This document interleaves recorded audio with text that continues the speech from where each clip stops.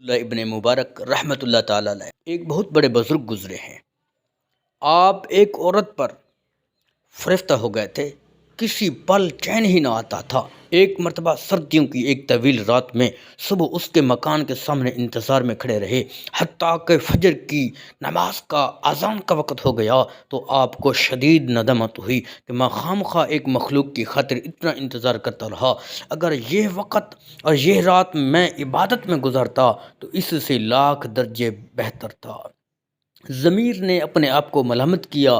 آپ نے اسی وقت سچی توبہ کی اور حضرت امام ابو حنیفہ امام اعظم علیہ رحمہ کی خدمت میں علم حاصل کرنے بیٹھ گئے، اور آپ نے سچی توبہ کی، اور اس کا آپ کے لیے یہ ملا کہ آپ اللہ رب العزت کے اولیاء کی صف میں شامل ہو گئے۔ اللہ پاک ہم سب کو نیک اعمال کرنے کی اور سچی توبہ کرنے کی اور گناہوں سے نفرت کی توفیق عطا فرمائے۔ آمین بجاہ النبی۔